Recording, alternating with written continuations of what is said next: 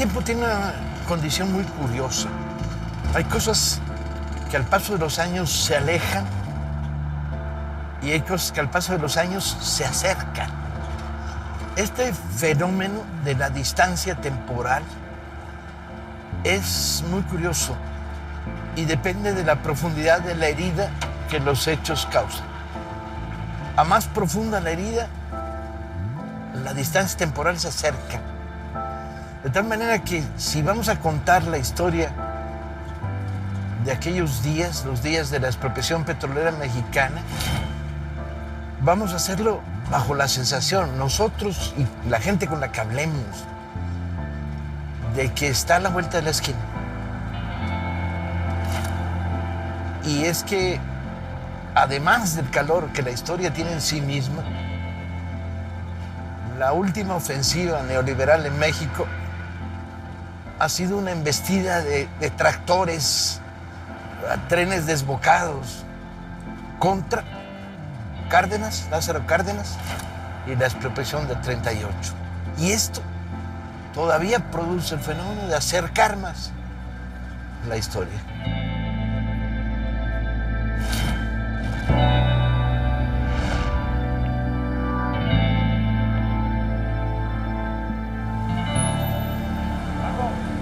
¿Puedo tomar una foto? Sí, cómo no. Pero a todo el equipo, a todo el equipo. Vente para acá. ¿Qué opinas de la contrarreforma petrolera? Ah, está cabrón el business.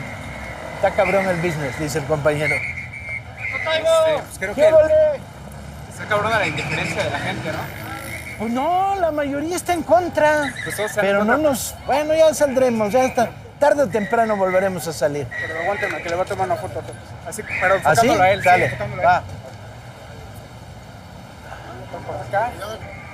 Estamos filmando para el Telesur un documental sobre la expropiación petrolera, Cárdenas y la expropiación. Ah, sobre la vieja. Ah, El momento de la expropiación. no, pues señor Hugo, ¿cómo está? A tu madre, ¿cómo está usted? No, pues hay que seguir dando. ¿Qué opina de la contrarreforma petrolera? Híjole, no, es un tema muy complejo. La verdad es que... ¿Y te cada vez- gusta o no te gusta? No, la verdad no. O sea, las condiciones que se dieron para que se hiciera la expropiación petrolera en tiempos de Cárdenas, teníamos un Estados Unidos que estaba en la Segunda Guerra Mundial, o sea, Al borde. la verdad es que... Y ahora de culeros estos van y se lo regalan de regreso. Ah, sí, claro. ¿Ustedes qué opinan de la contrarreforma ¿Sabes qué? energética, amigos? También algo bien, acaban de encontrar un mega yacimiento, ¿no? Sí. Y qué casualidad que a días de encontrarlo, bueno, pasa todo lo que con la reforma petrolera y de repente encuentran un mega yacimiento, ¿no? Del cual pues, ya no somos dueños los mexicanos, ¿no? Ya no nos pertenece. Nos lo rechingaremos por segunda vez, no se preocupen. Una foto, Sí, cómo no.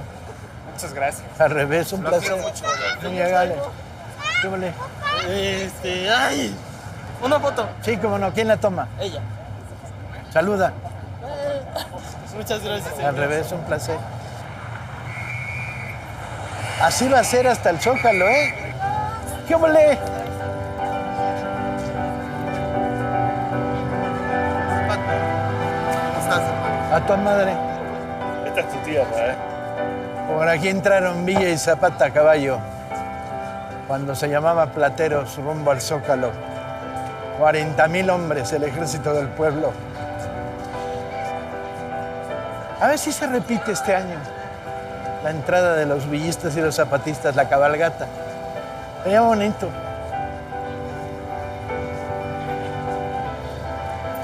¡Sean rancheros!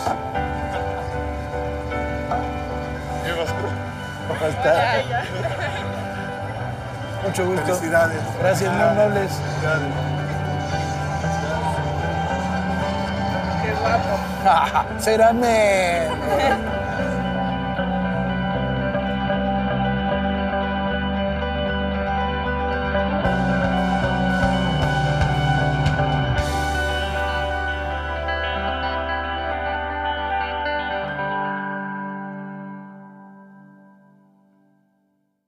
Cárdenas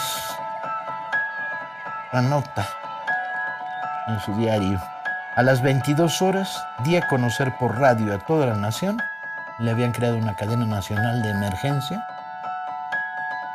el paso dado por el gobierno en defensa de su soberanía. reintegrando a su dominio la riqueza petrolera que el capital imperialista ha venido aprovechando para mantener al país dentro de una situación humillante. Curiosamente, el discurso que había preparado Mújica, la intervención de Cárdenas anunciando la expropiación se hacen en español y en inglés para dar por notificadas a las compañías extranjeras en su propia lengua, pero además para que circule a nivel internacional en términos de noticia. Es tarde de viernes, ¿sí? Los corresponsales internacionales y los miembros de la prensa ya salieron. Entonces, los que oyen la intervención de Cárdenas empiezan a correr el rumor. ¡Hey! Cárdenas está hablando a la nación, están expropiando. Y los corresponsales internacionales se habían reunido después de su trabajo rutinario en la terraza del Majestic. Y la noticia está en la radio, Periódicos ya cerraron, las corresponsalías ya no tienen hilo abierto, telegráfico, a correr todos por todos lados, a conseguir una copia del decreto de expropiación, ¿sí? Una periodista, según las historias que se cuentan, de la Associated Press, llama por teléfono a la embajada norteamericana, al embajador, a Daniels, y le dice, Cárdenas acaba de expropiar. Y Daniels dice, no, y está a punto de colgar el teléfono cuando dice, perdón, ¿sí? Daniels es un personaje singular. En los siguientes días se va a mostrar simpatizante con el gobierno mexicano y con la medida expropiatoria. En sus memorias dirá, las compañías estaban abusando, ¿sí? Es el ala izquierda rooseveliana y no se asusta, pero tiene que comunicarle a su gobierno lo que está pasando. Viernes, sábado, domingo, de repente este país se acuesta en fin de semana y se despierta el sábado en la mañana con el petróleo expropiado.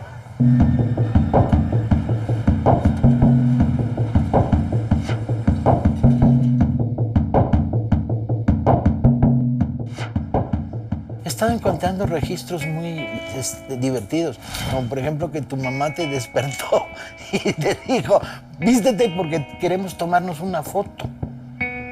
Pues eso no te sé decir. Pero tú recuerdas que tenías 4 No años. recuerdo, pero sí he visto fotos del día siguiente tomadas en Los Pinos con mi madre, con mi hermana Alicia y mi padre.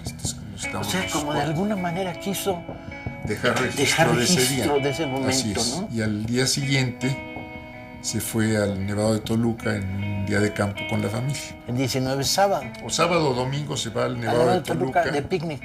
Con todos ustedes. Y él, pues yo no sé si yo haya ido, pero sé que se metió a nadar ahí en el... Se metió a nadar en el Nevado. Es un personaje. ¿Tú hablaste con él a posteriori sobre la expropiación? No, escuché muchas conversaciones en casa, en sobremesa, etcétera. Lo acompañé en muchos recorridos que hizo a la zona petrolera en distintas épocas, en distintos años. Y bueno, pues ahí de ahí fueron saliendo cosas. Y esas cosas que salían, había una componente de orgullo. ¿Se sentía muy orgulloso de haber pegado este gran golpe? No, ¿o simplemente lo sentía como...? No te diría que orgulloso en cuanto a presumirlo, pero sí sabía que se había hecho bien.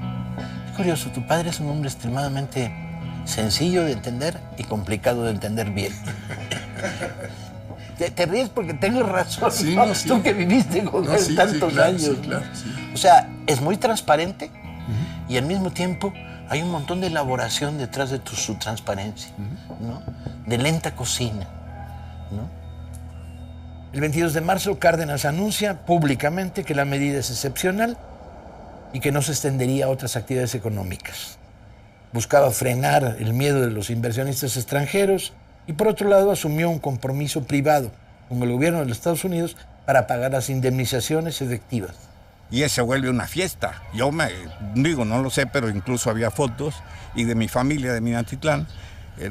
La fiesta en que se convirtió aquello, las calles, era un carnaval, ¿no? La expropiación. Y lo primero que hacen los trabajadores es decir, nos van a quemar, nos van a venir a sabotear Y entonces van y se apoderan de las empresas y hacen guardias, y hacen rondines todas las noches, van con sus lámparas y con sus botellas de tequilas, algunos también, pero bueno, pero así es.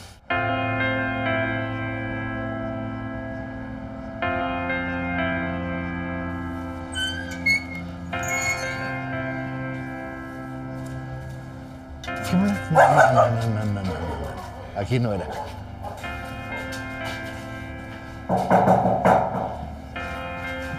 No, en mi casa no, que no sabes lo que es mi casa. No, bueno, pues no está mucho peor que mi despacho, güey. La pregunta clave es, este tipo pone patas arriba al país, ¿sí? Ideológicamente, ¿de dónde viene? Pues la revolución fue la revolución. Y la revolución con sus utopías, ¿no? Entonces, tú lo que tienes es un ideario, en principio, que está reflejado en la Constitución del 17, que no se cumple y no se cumple y no se cumple, ¿no? Y ya está hasta el gorro El país. la generación, el país. Pero también ese impulso estuvo presente en otros momentos de la historia de México y la presidencia no lo hizo suyo. Al revés. A ver, los años 20 son tan, socialmente, tan dinámicos como los... Sí, pero está inventando el presidencialismo, el de veras, Sí. porque los otros trataron de inventarlo y no les acabó de salir Por eso bien. yo te decía que no compares a los presidentes posteriores. ¿Por qué él inventa el presidencialismo? ¿Sí? La cooperación, caballero, gustan cooperar. Pues qué otra me quedó. No, sí, cómo no. Gracias. ¿Qué? ¿A poco nos fregamos a las transnacionales del petróleo, a las grandes compañías? Tan es así que tarda 5 días en producirse la primera gran manifestación.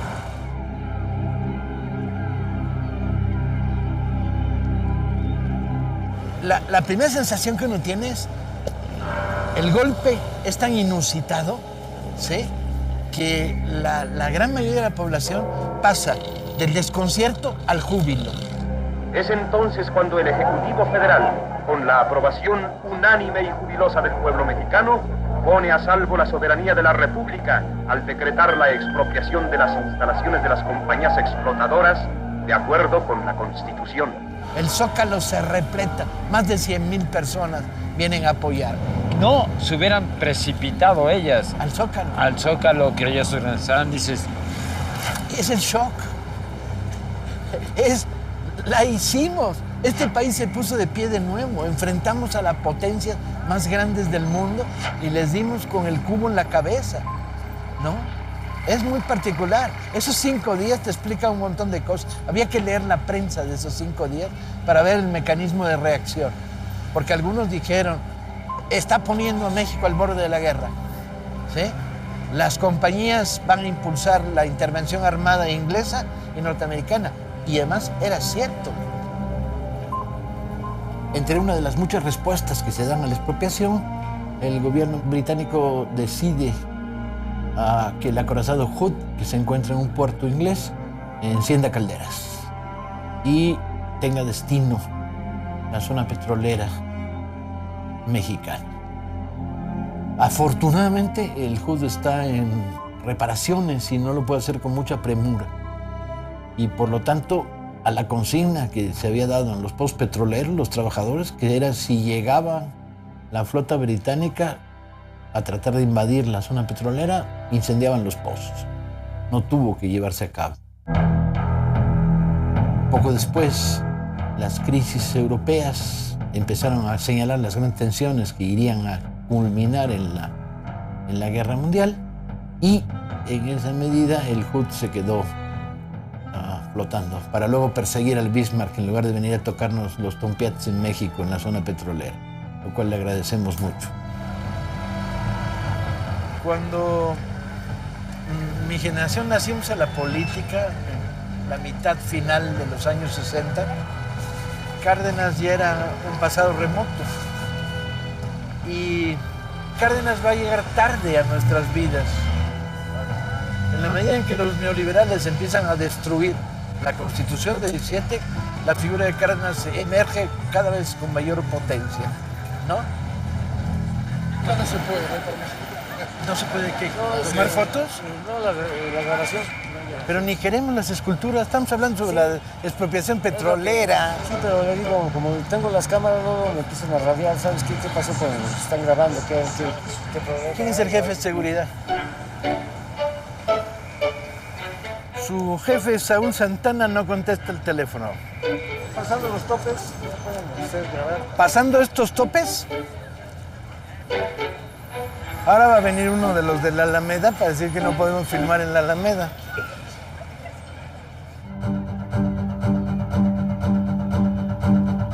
Casi un mes después de la expropiación, hay una notable convocatoria popular de la que la gente va a recordar más incluso que lo que va a recordar la alocución radiofónica de Cárdenas. Es que Amalia Solórzano, su esposa, una mujer de una gran entereza y que está muy metida en el proyecto, convoca públicamente a la población de este país a hacer una gran colecta para pagar la deuda con la que se cubrían los bonos de la expropiación. Y esta convocatoria tiene tal arrastre que se realiza enfrente del Palacio de Bellas Artes, enfrente del cual hoy no nos dejan filmar, quién sabe por qué extrañísimas y burocráticas decisiones, ¿sí? Y ahí enfrente empieza a llegar la gente en un conglomerado policlasista fascinante. Damas de la clase media a entregar su sortija, ¿sí? Campesinos que traen un borrego, niños de las escuelas que vienen con sus alcancías, ¿sí? Este fervor popular que conmueve. Es la nación diciendo: nuestro petróleo, nosotros lo pagamos y a ver quién nos lo quita. Y las imágenes son conmovedoras y recorren todo el mundo y recorren todo el imaginario popular. Más grabado quedará el borreguito que la imagen de Cárdenas diciendo: expropiamos. Palacio de Bellas Artes, allá. Nosotros aquí, porque no dejan filmar allá. Y aquí Madero, saludando. Que por cierto, la estatua otra vez es una estatua horrorosa, porque Madero medía muchísimo menos de tamaño y se veía chiquitito arriba del caballo. Y aquí hicieron un maderote. Lo que hay es que se llevan a casi todos los técnicos, a casi todos. Se quedan técnicos mexicanos, pero los técnicos extranjeros de las compañías se van. En Minatitlán se guardaba recuerdo de uno inglés que se quedó a trabajar como técnico. Y entonces viene una etapa muy bonita porque no había abastecimientos, no había manera de importar tuberías y un montón de aparatos. Y entonces lo que hacen es improvisar. La improvisación mexicana del que compone Carcachas, es decir, que con alambritos y fierritos y no sé qué, así se echaron a andar las instalaciones. Porque las echa a andar el sindicato. A un mes de la expropiación se crea la distribuidora de Petróleos Mexicanos, que se encarga de comercializar y distribuir el petróleo y sus derivados. Y por otro lado, el 7 de junio se crea la Compañía de Petróleos Mexicanos, Pemex, la cual se encargaría de la explotación, producción y refinación del petróleo.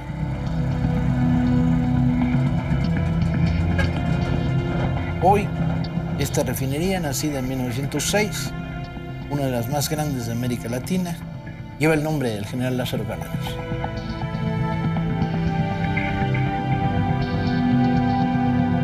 En estos últimos años, a raíz de la reforma neoliberal que desnacionaliza el proyecto cardenista y el petróleo mexicano, miles de mexicanos, cientos de miles, salimos a las calles para defender el petróleo y junto con él el recuerdo natural y el recurso natural, que es el legado de dignidad que deja Lázaro Cárdenas. Me siento extrañísimo. Yo rarísimo. Es que en una cosa que era la refinería, que era chapopote mugre, y ahora está lleno de flores y de cosas, ¿no? ¿En qué se convirtió tu refinería? Sí, esto era lo que llamábamos el cárcamo, de esto de recuperación de agua, etcétera. Y mira ahora lo que es una utilidad, yo estoy extrañado.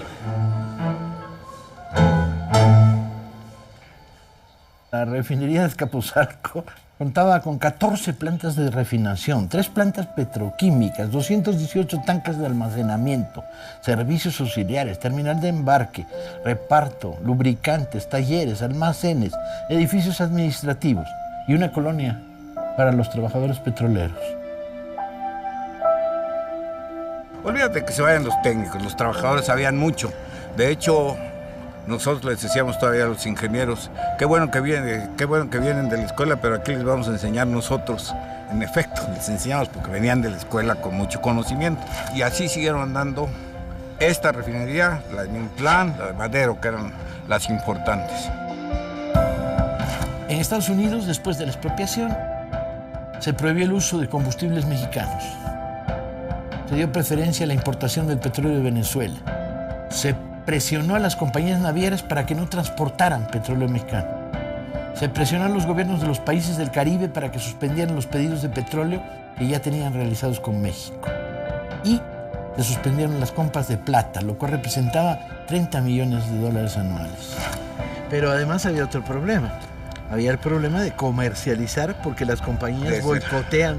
Desde luego. Y entonces fue cuando comenzaron a venderle a las potencias del eje también. Y bueno, pusieron el petróleo en el mercado spot y ahí compró lo que quiso, entre otros los nazis. Los alemanes, sí. Los alemanes y los italianos.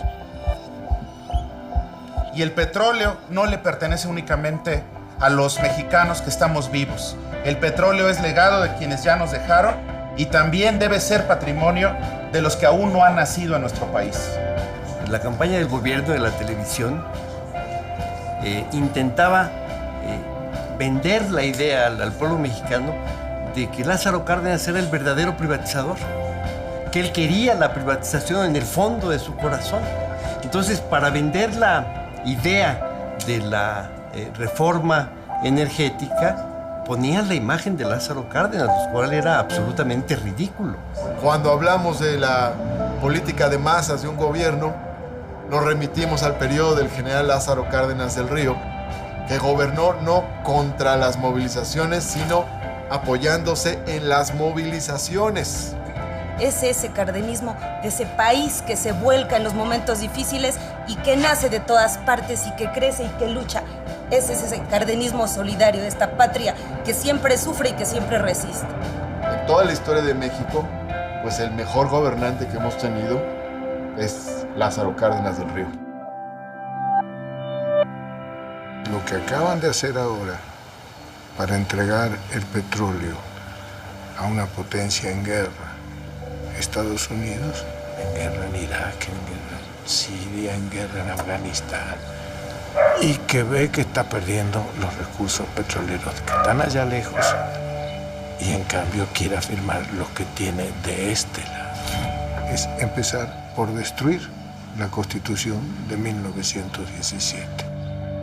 Es la perversión de la combinación de una oligarquía que está dispuesta a vender el alma sin ningún problema. No, créeme, son sinceros. Yo te puedo citar unos cuantos, pero... ¿De veras creen que hay un proceso de progreso detrás de la desnacionalización? Sí.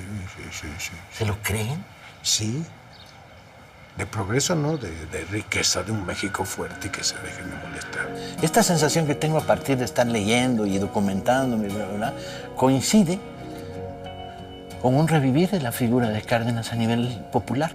Y regresa además envuelto en la aureola mágica de fue el que le devolvió dignidad, orgullo a la nación, que es una imagen que se ha perdido en este país a partir de la descarada sumisión, ¿no?, de los gobiernos que han seguido. Aquí lo que estamos viendo ahora pues es la integración de México por la vía de expropiarnos el subsuelo o de robarnos el subsuelo a un proyecto hegemónico que nada tiene que ver con lo que si va contra el interés del país. Pues muchas gracias. Al contrario, Paco, qué gusto. Me da gustísimo verte igual que siempre. A todos. qué linda foto. Esta es la época de la Huasteca. Más o menos, sí. Sí, cuando hay más o menos. Después de haber sido villista, que fue su mejor momento. Pues no fue político. villista. Fue villista un rato, No, hombre. nunca. Fue villista un rato. Anda, ya. Bueno.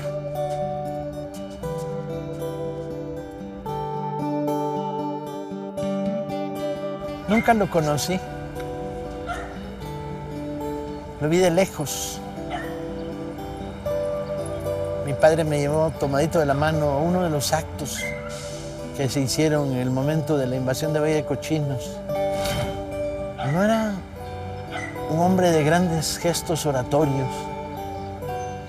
Siempre lo acompañaba una tremenda sobriedad.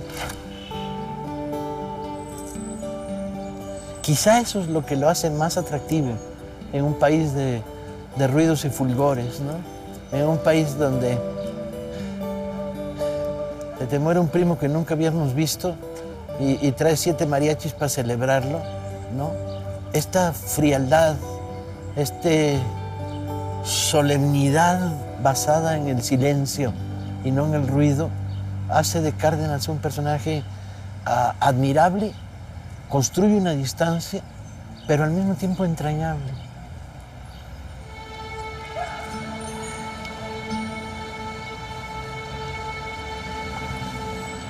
La historia de la expropiación petrolera marcó un momento clave en la historia de México y probablemente en la historia de América Latina. Demostró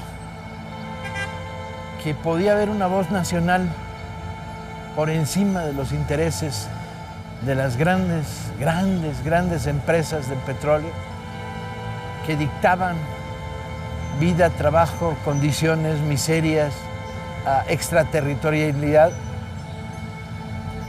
y que podía crearse una alternativa de orgullo nacional y de independencia económica. El petróleo nacionalizado iba a permitir a México hacer crecer un modelo de desarrollo en el cual las ganancias del crudo fueran destinadas a educación, salud. Eso es desarrollo. Pensar que el desarrollo es dinero y progreso para unos cuantos. Pensar que desarrollo es fabricar millonarios y pobres a la misma velocidad y en el mismo sentido es un contrasentido. En ese marco, la figura de Cárdenas crece al paso del tiempo. No solo no se va y permanece con una gran fuerza en la memoria colectiva de los mexicanos, sino que crece. Conforme en este país avanza de una manera cruel, canallesca, el proyecto neoliberal, Tata Lázaro regresa para estar con nosotros. Es uno de los nuestros.